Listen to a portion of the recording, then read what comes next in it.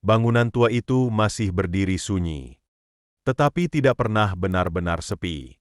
Kadang terdengar suara jeritan, suara bisikan, atau mungkin hanya suara dari masa lalu yang enggan mati. Inilah rumah sakit jiwa Penhurst, tempat yang disebut banyak orang sebagai neraka di bumi.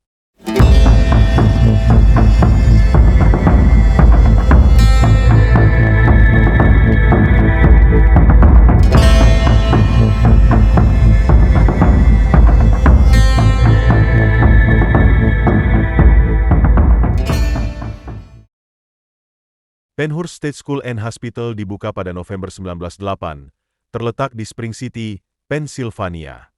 Tujuannya tampak mulia. Sekolah sekaligus tempat perawatan bagi anak-anak penyandang disabilitas mental.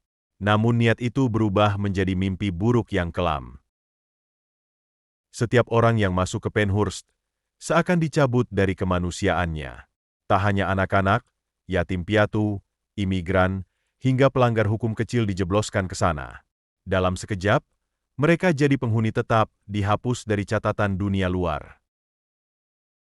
Pada tahun 1968, sebuah acara televisi berjudul Suffer the Little Children menyiarkan kondisi mengerikan di dalam Penhurst. Tayangan itu mengguncang warga Amerika. Penonton melihat anak-anak dibiarkan menangis di lantai, tubuh kurus mereka menggigil tanpa selimut, sementara perawat hanya berlalu begitu saja.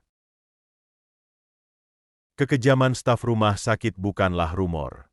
Mereka mengikat pasien di ranjang selama berhari-hari.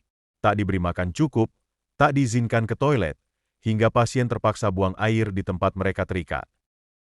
Bagi yang dianggap bermasalah, seperti sering menyerang atau menggigit, mereka dipaksa minum obat penenang, atau bahkan lebih kejam, giginya dicabut satu persatu agar tidak bisa menggigit lagi. Setelah Penhurst ditutup, pengunjung sering menemukan gigi manusia yang tertinggal di lantai, seperti sisa horor yang tertinggal dari masa lalu. Pada tahun 1912, jumlah pasien telah meledak melebihi kapasitas. Tempat yang hanya mampu menampung 500 orang, dijejali ribuan jiwa. Dan dari sinilah kisah neraka itu dimulai. Butuh waktu 20 tahun pertempuran hukum, hingga akhirnya Penhurst resmi ditutup pada 9 Desember 1987. Tapi saat bangunannya dikosongkan, horornya justru baru dimulai. Kini, Penhurst menjadi lokasi paling angker di Amerika Serikat. Banyak pengunjung yang bersumpah mendengar suara, "Go away! I'll kill you! Why won't you leave?"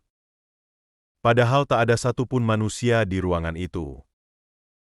Ada juga pengakuan melihat benda bergerak sendiri, penampakan sosok hitam, hingga mendengar jeritan anak kecil dari lorong kosong.